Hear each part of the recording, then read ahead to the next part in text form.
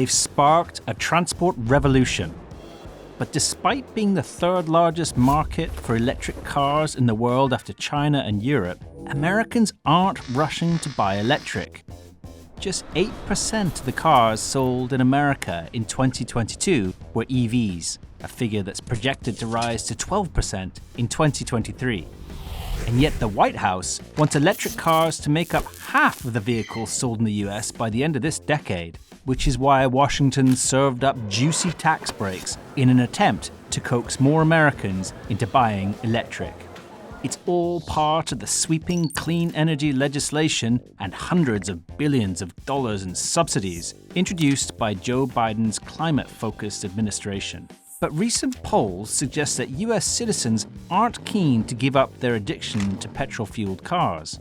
Even with the tax breaks, a recent survey found that just 2 in every 10 Americans are, quote, very likely to buy an EV as their next car. For Republicans, that figure is just 1 in 10. And it's the high cost of the cars and lack of charging infrastructure that's to blame.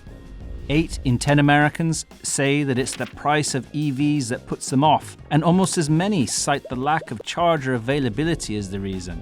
The average EV sold for just over $60,000 in December 2022, too much for most buyers' budgets, even with government incentives. And despite Joe Biden's pledge to invest over $7 billion into 500,000 charging points, public chargers are still more likely to be found in America's wealthy and white neighborhoods. And cross-country trips in an EV are still considered a risky endeavor, requiring advanced research and often triggering range anxiety.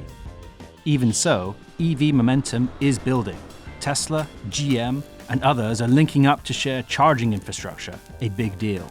In January 2023, out of more than 1 million new light vehicles registered in the US, 7.1% were all electric. That's almost a doubling of the market share compared to the year before.